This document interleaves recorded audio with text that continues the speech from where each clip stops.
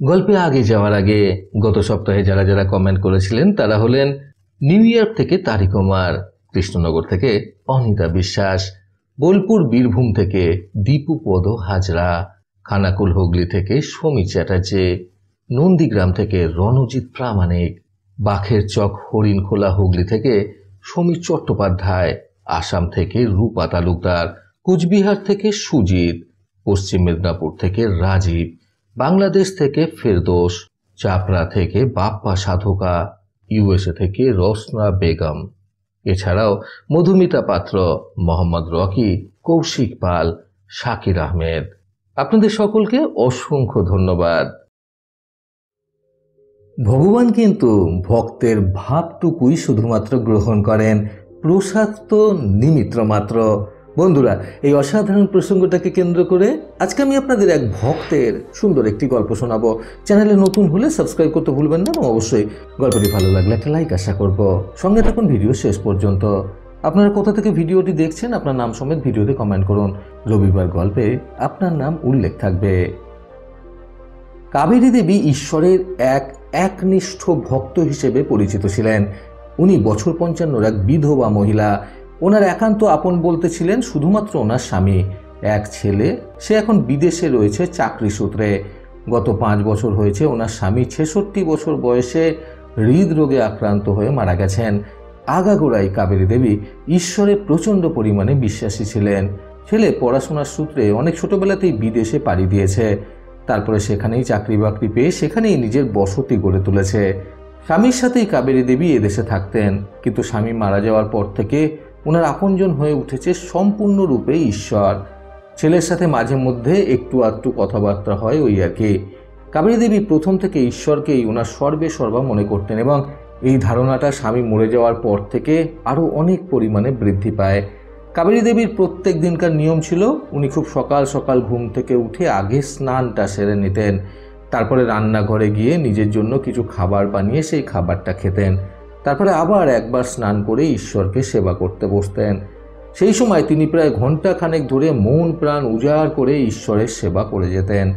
ঈশ্বরকে খেতে দিতেন, ঈশ্বরকে ফুল দিয়ে সুন্দর করে সাজাতেন, ঈশ্বরের নাম সংকীর্তন করতেন, ঈশ্বরকে ভক্তি শ্রদ্ধা ভরে পুজো দিতেন নিজের মনের শান্তি মতো।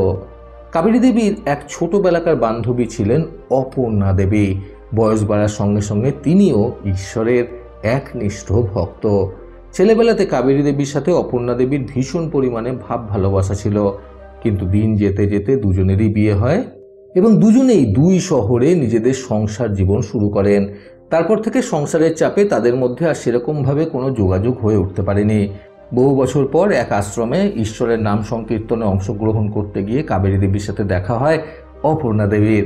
এত বছর পর দুই প্রাণের বান্ধবী দুজনকে পেয়ে ভীষণই আনন্দিত হয়ে ওঠেন। সেখানে থেকে দুজনের সাথে বেশ কিছুক্ষণ গল্প গুজব করেন। কাবেরী দেবীর শহরে অপর্ণা দেবীর মেয়ের শ্বশুর বাড়ি।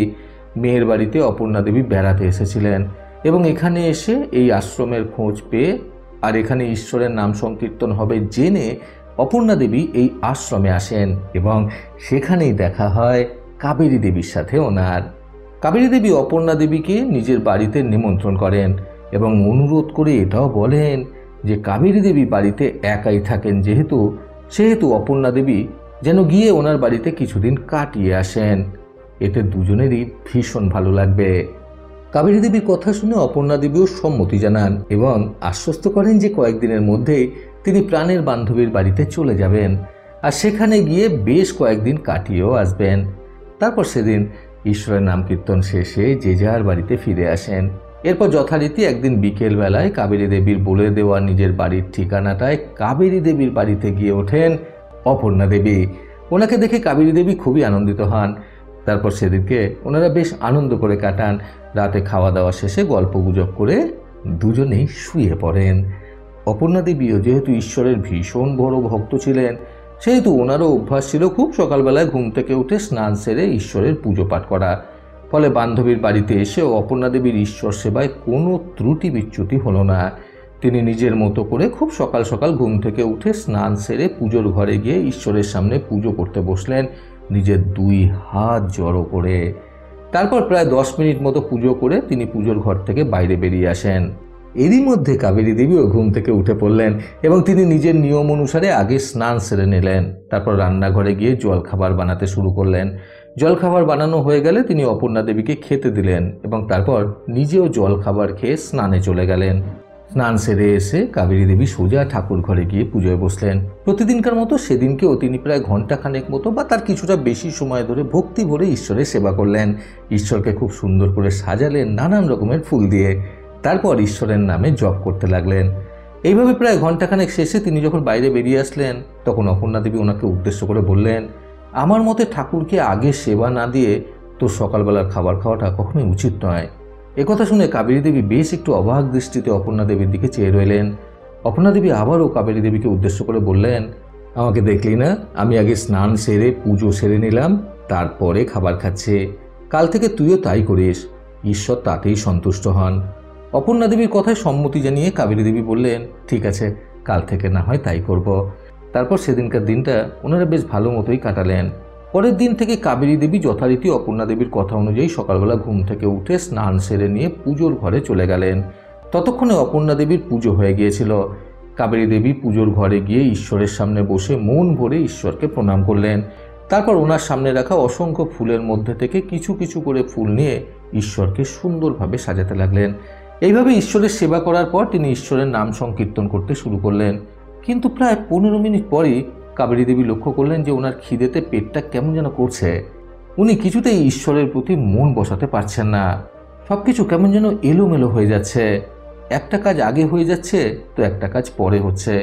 কিন্তু তাও তিনি 15-20 মিনিট এইভাবে পুজো করার পর তাড়াতাড়ি করে পুজোটা শেষ করে উঠে আসলেন এবং রান্নাঘরে এসে ঝটপট খাবার বানালেন।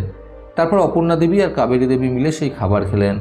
এইভাবেই প্রায় 2-3 দিন যাওয়ার পর কাবেরী দেবী একটি ব্যাপার খুব ভালো মতো লক্ষ্য করলেন যে প্রথমে যেখানে তিনি প্রায় 1 ঘন্টা বা তারও বেশি সময় ধরে মন দিয়ে ঈশ্বরের সেবা করতে পারতেন, সেখানে গত 2-3 দিন যাবৎ তিনি 10 থেকে 15 মিনিটের বেশি কিছুতেই ঈশ্বরের প্রতি মনোনিবেশ করতে পারছেন না।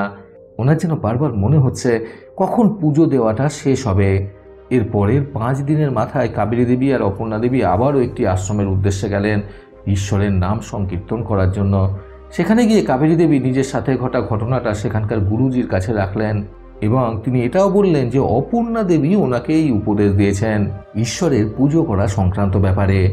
সেই গুরুজি কাবেরী দেবীর কাছ থেকে সমস্ত ঘটনাটা শোনার পর ওনাকে বুঝিয়ে বললেন, মা, পেটে যদি তোমার খিদে থাকে তাহলে ভগবানের দিকে মনোনিবেশ করবে কিভাবে?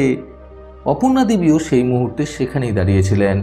তিনিও গুরুজির বলা সমস্ত কথা মনোযোগ সহকারে শুনছিলেন। সেই গুরুজি তখন আবারও বললেন, ভগবান ভক্তের ভক্তি শ্রদ্ধা দেখতে বেশি পছন্দ করেন নিয়ম কানুন দেখার তুলনায়। তোমার যদি মনে হয় যে খেয়ে তোমার ভক্তি ভালোভাবে হচ্ছে, তুমি ভালোভাবে ঈশ্বরের সেবা করতে পারছো, তাহলে তুমি তাই করো। নিজের শরীরকে কষ্ট দিয়ে কখনো ঈশ্বরের সেবায় মনোনিবেশ করা যায় না। এই প্রসঙ্গে শ্রী রামকৃষ্ণদেব বলেছেন, নিজের পেট পুজো করে তারপরে ঈশ্বরের পুজো করলে কোনো দোষ নেই। এতে যদি একনিষ্ঠ মনে ভক্তি শ্রদ্ধা করা যায় তাহলে তাই করা উচিত। এই প্রসঙ্গে শ্রীরামকৃষ্ণদেব আরও বলেছেন, মন এবং মুখ এক করে ভক্তি শ্রদ্ধা করতে হবে। মনের মধ্যে কপটতা রেখে বাইরে যদি ভোগ নিবারণ করা হয় তাহলে তাতে কখনোই আসল ভক্তির প্রমাণ পাওয়া যায় না।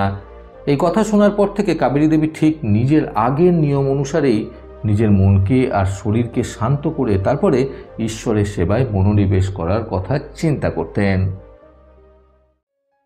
বন্ধুরা, প্রকৃত ভক্তির অর্থ বুঝতে আজকের এই সুন্দর গল্প থেকে শিক্ষণীয় 3টি কথা সর্বদা মনে রাখুন। প্রথমত, বাইরে জাঁকজমকপূর্ণ লোক দেখানো ভক্তিতে কোনোদিনই ঈশ্বর সন্তুষ্ট হন না যদি সেই ব্যক্তির মনের মধ্যে কপটতা ভর্তি থাকে। দ্বিতীয়ত, আহার গ্রহণ করে হোক বা না গ্রহণ করে হোক ঈশ্বরের প্রতি মনের টান থাকাটাই সবথেকে বেশি গুরুত্বপূর্ণ। তৃতীয়ত, নিজের শরীরকে কষ্ট দিয়ে ঈশ্বরের সেবা করার কথা ঈশ্বর কোনোদিনই বলে দেননি। প্রতিবারের মতো আবারও বলবো, এই পৃথিবী তাদেরকেই সম্মান দেয় যারা ইউনিক কিছু করার ক্ষমতা রাখে। সকলের সুস্থ এবং সুন্দর জীবন কামনে প্রকৃত জীবন থেকে আমি সন্তু চক্রবর্তী আবার আসবো নতুন সুন্দর শিক্ষণীয় একটি ছোট গল্পের সাথে। ভালো শুনুন, ভালো থাকুন। ধন্যবাদ।